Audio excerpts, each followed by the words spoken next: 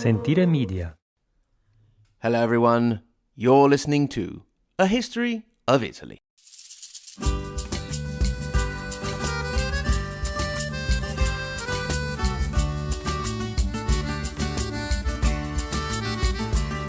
Episode 95, Young Dante Alighieri and Florence. E non posso più accucciarmi e così ritorno su, lascio i colli nelle valli, tra due salici piangenti, io ritrovo la speranza di un amore che ormai fu.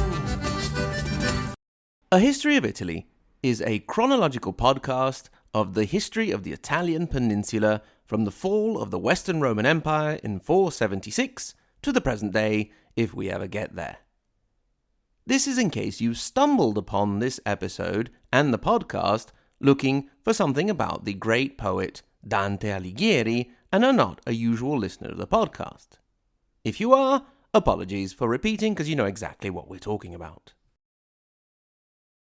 So, without further dillying or even dallying, let's get started with the podcast episode.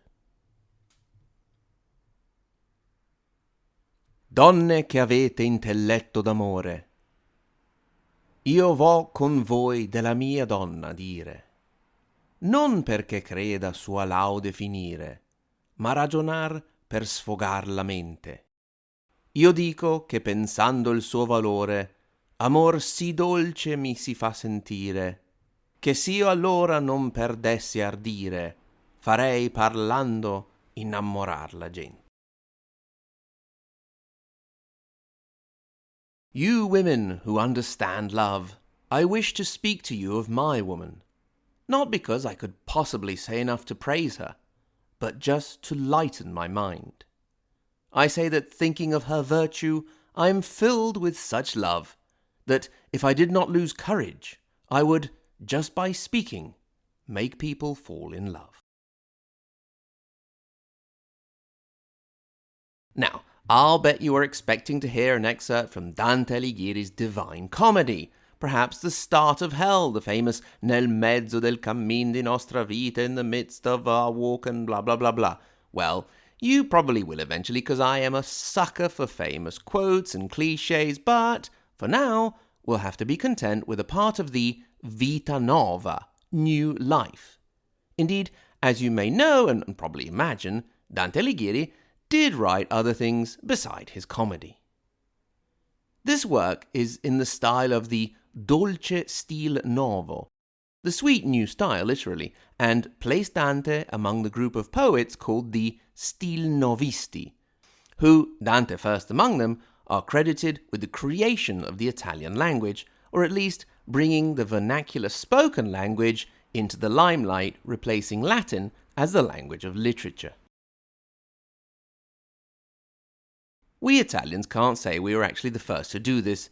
It was really the French, with the troubadours from Provence, bringing the habit of the use of the local language over the border. Indeed, some early examples of writing of Italian authors was in Provençal French, Marco Polo's Milione, for example. There had been an early attempt at developing a form of Italian, as we have seen in Frederick II's Sicily. Indeed, we mentioned that Frederick himself had written in Sicilian and had some of his laws written in that language. However, things did not get really serious until they reached Florence and the group of Stilnovisti. Just to shoot out a few names if you're looking to do some extra reading: Guido Guinizelli, Gino da Pistoia, Lapo Gianni, and Guido Cavalcanti. It was the latter, Guido Cavalcanti, who got a young Dante into the in crowd as he started to become known at a young age. These chaps were searching for a higher, refined and noble expression of their sentiments, in which the object of their love was seen more for her spiritual virtues and angelic female form than a carnal love. Some more cynical observers would say that this was also so the poets could write love poems for the wives of powerful men without getting into too much trouble. Before we get to the start of the literary career of Dante, this scrawny young man with a difficult, haughty character, let's take a step back just for a moment. We only need to delve into his childhood to know that he was born in 1265 in Florence, and his whole name is Dante di Alighieri degli Alighieri. His was not one of the most important families in Florence, and not even one of the nobility, although they could trace their origins back to a knight, Cacciaguida, in the early 12th century. Perhaps the most important event for Dante, the child, was a party in 1274. At the age of 9, the poet goes to a party and ends up sitting next to a little girl aged 8. The boy is highly impressed with this angelic figure in her white dress and will see her as his great love and muse, as well as his guide through his imaginary trip through heaven. The little girl's name is Beatrice, and she was the inspiration behind the opening lines to this episode. Beatrice Portinati was the daughter of an important man in Florence, Folco Portinati, and would go on to marry a man called Simone de' Bardi of the important Bardi banking family. At the age of 9, Dante is still going through school, and yes, there were schools in Florence at the time, probably enough to educate around 13,000 students in a city that was heading for 100,000 inhabitants inside the city walls and another 80,000 in the surrounding contado, the farmland areas. After school, young Dante became a pupil of one Brunetto Latini. Latini was a well-known notary and man of culture. He was a real gentleman and admired in society, as well as having done diplomatic work for the communal authorities of Florence. Dante had great affection and respect for his teacher, who allowed our poet to rise above his basic rudimentary education. However, Dante did not hesitate to cast poor Brunetto Latini down into hell because of his homosexuality. How grateful. Now, this consideration allows us to touch upon 2 quick points. First of all, contrary to what some people seem to think, i.e. that homosexuality is some new fashionable trend of the 80s and 90s, it was quite common in the Middle Ages as in antiquity. Furthermore, it shows that the Middle Ages were not a time of totalitarian church control over hearts and minds, but people were quite happy to go about their daily business and completely ignore the teachings and rules of the church, including many members of the church itself and including many popes. Anyway, as thanks for getting Dante a decent education, poor Latini was cast into hell with the sodomites, forced to walk on boiling hot sand with fire raining down on him. How grateful once again. After his instruction with Latini, Dante went off to Bologna to do a little studying at university, but didn't actually get around to finishing his degree. He went back to Florence and continued with his writing. The fact that he always wrote about his divine Beatrice didn't mean that he shunned the more immediate company of other young ladies as he hung around with a group of stilnovisti. These little escapades reached the ear of the angelic Beatrice herself, who apparently then refused to exchange Dante's greeting in the street one day, which got him in a twist for days on end. So things went on like this until 1289, when Dante found himself involved in the Battle of Campaldino at the age of 24. Understanding where this battle came from allows us to look back a little bit closer at the history of Florence in this period. Before that, a word from our sponsor. So, we haven't really focused on Florence as much as we have, say, on Venice, basically because Florence hadn't really come into real prominence yet. Up until and after the year 1000, it was a small town like many others in Tuscany and in Italy. It started to get some recognition under my heroine, Matilda, Countess of Canossa, and her mother, Beatrice, in the mid to late 11th century. you could set Florence's real entry into the limelight around 1125, the year in which they managed to subdue nearby Fiesole, known as the Balcony of Florence, asserting Florence's domination in the area.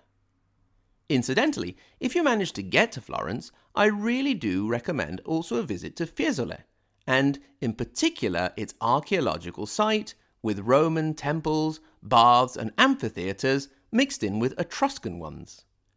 They also have a nice museum section on our old friends the Lombards. Don't you miss them? I miss them. You can actually see a mini documentary of it on a History of Italy website. After asserting itself in 1125, Florence had its first elected communal officials in 1138.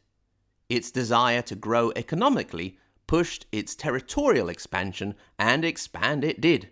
By 1172, a new ring of walls was required, and with population density increasing, buildings started to go up vertically, and the important families started to build their towers.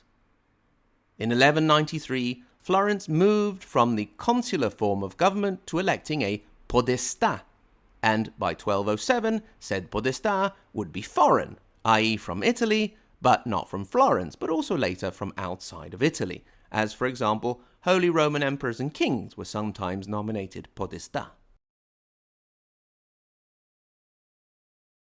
1215, as those amazing listeners with extra keen memories may remember, was the year in which tradition would have factional violence explode in the city and the line drawn between Guelphs and Ghibellines. For an in-depth reminder, you can go to episode 77, The Situation in the 13th Century and the Example of Florence.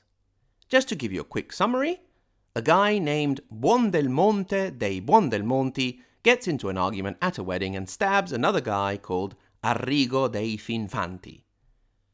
To make up for it, the faction of the stabbed guy forced the stabber to marry one of their women. Buondelmonte says, "Okay, I'll marry her," and then goes off and marries someone else, a member of an opposing faction and the Donati family, passing by the church in which he was to wed his original bride on his way to meet his new fiancée. This is too much for the honor of those involved, and Buondelmonte is assassinated, thus sowing the seeds of the hatred that would see the factions align with the whole pro-imperial Ghibellines and pro-papal Guelphs, with different characteristics and issues in Florence, as was the case in all cities involved. This division, as we have seen, was not only within cities, but between cities, and Florence, who would end up being predominantly Guelph, started to defeat the other cities in Tuscany one by one. Two particularly important ones were Pisa and Volterra. The latter part of the 13th century in particular saw Florence also grow economically and start to assert itself as the political powerhouse it would become. We have seen that in 1254 their coin, the florin, was, well, coined, becoming in time an important international currency as well as an imaginary kingdom in the Princess Bride film.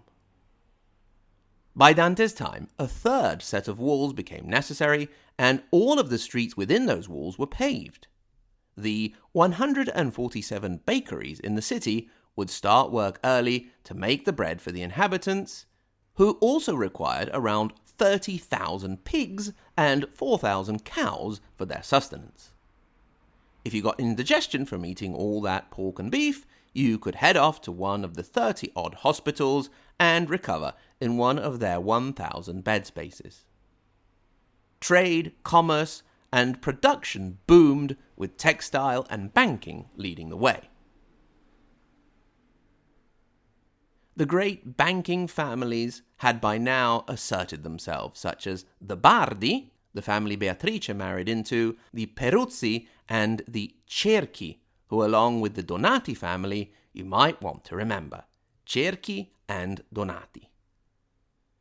By the end of the 13th century, and the time we are talking about, there were not so many Ghibelline cities left in Tuscany, and among those was Arezzo in the south of Tuscany. And of course, we can't have a Ghibelline city in a predominantly Guelph Tuscany now, can we?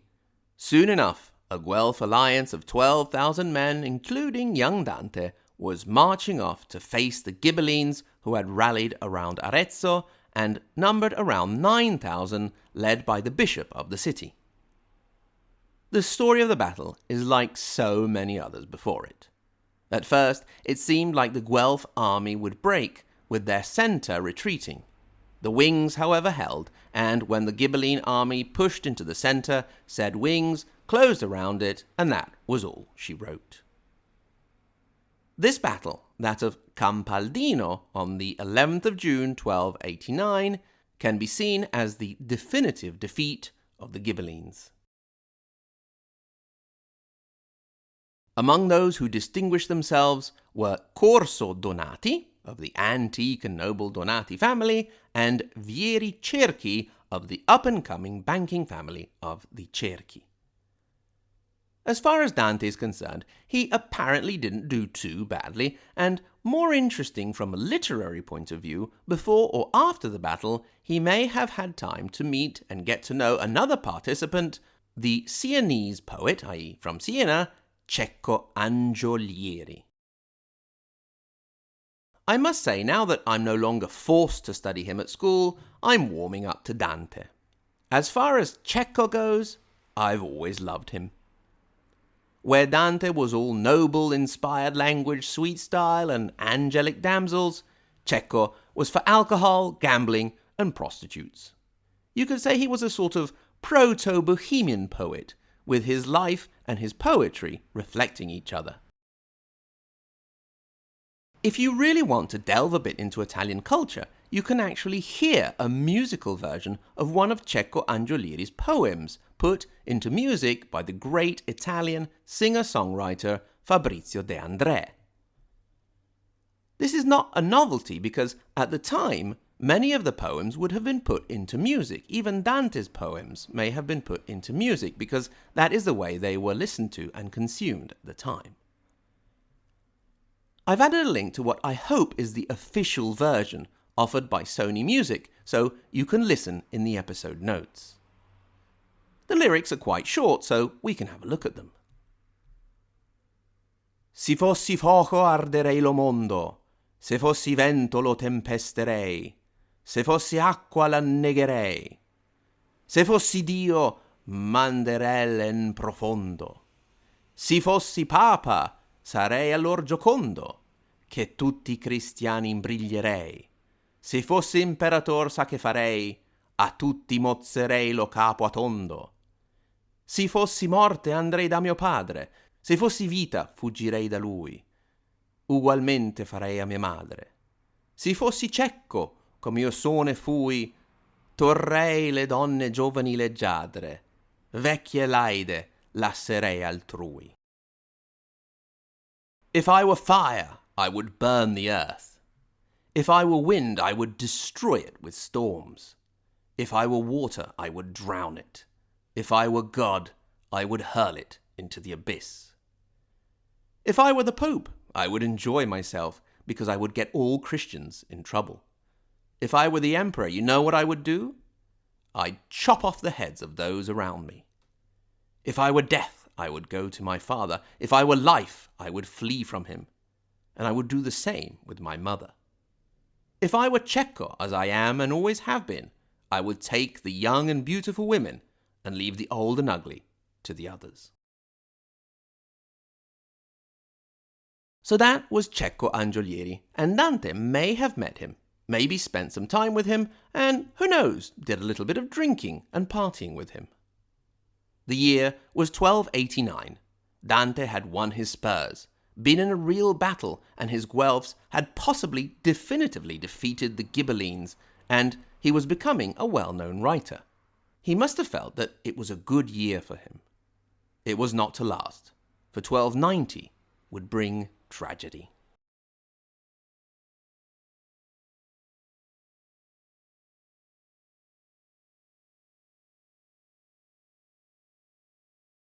thanks very much to everyone for listening.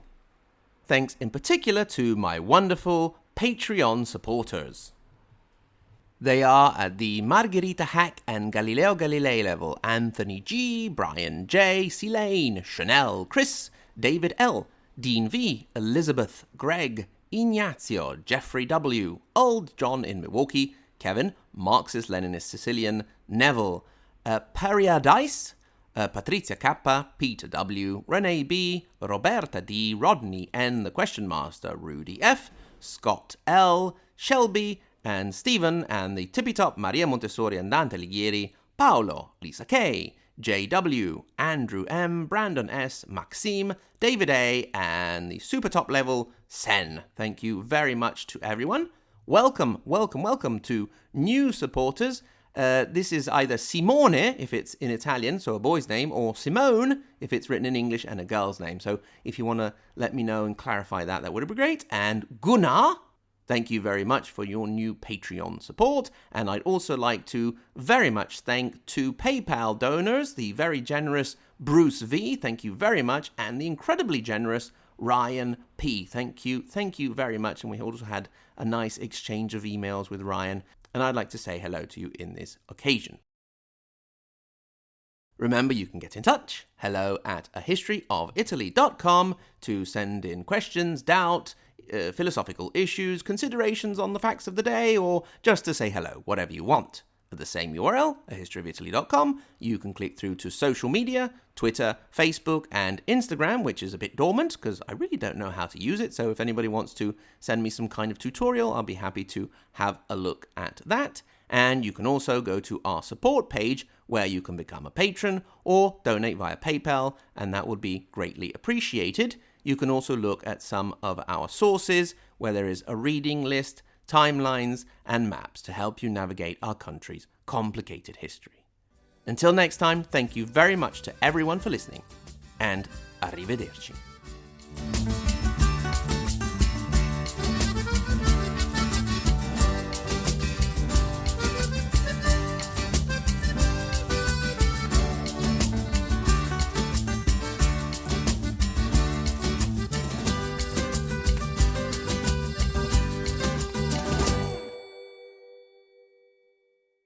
Ah, Checo, my good man, having a few drinks to celebrate, I see. How did the battle go for you?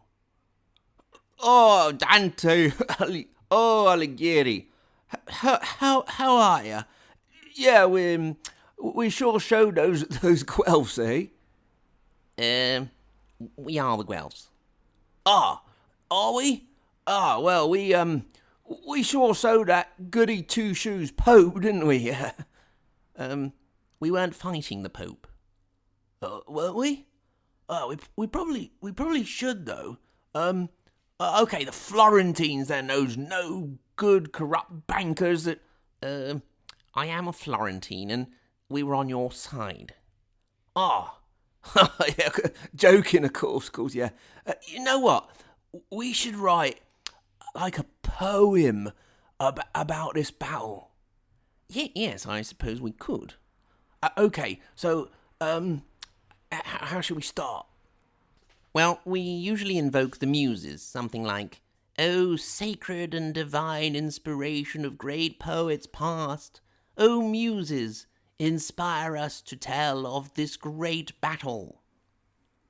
Yeah, not bad.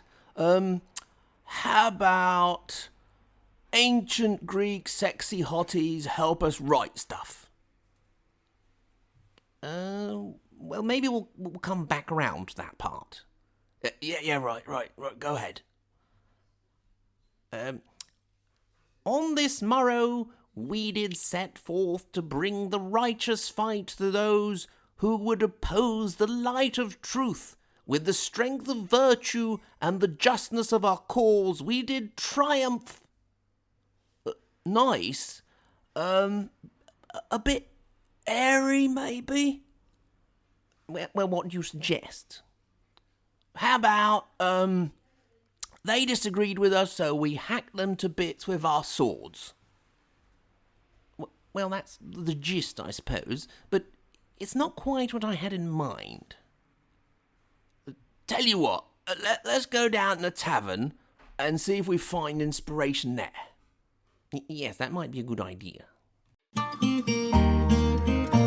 Sentire Media. Hey, podcast producers and show hosts. Do you want to join a podcast network that celebrates all things Italian? At Sentire Media, we understand the allure of Italy and its unique culture. Our devoted team of hosts and producers are all driven by their shared passion for Italy. And we work tirelessly to create the best lifestyle podcasts and content that will whisk you away to the very heart of Italy. With us, you can savor the mouth-watering flavors, get lost in the stories from the past, break down the cultural barriers, and truly immerse yourself in the vibrant traditions of this intoxicating country. If you have a great podcast idea or are already in production and would like to join Sentire Media, head over to sentiremedia.com, that's SENTIRE media.com, and find out how to submit your show.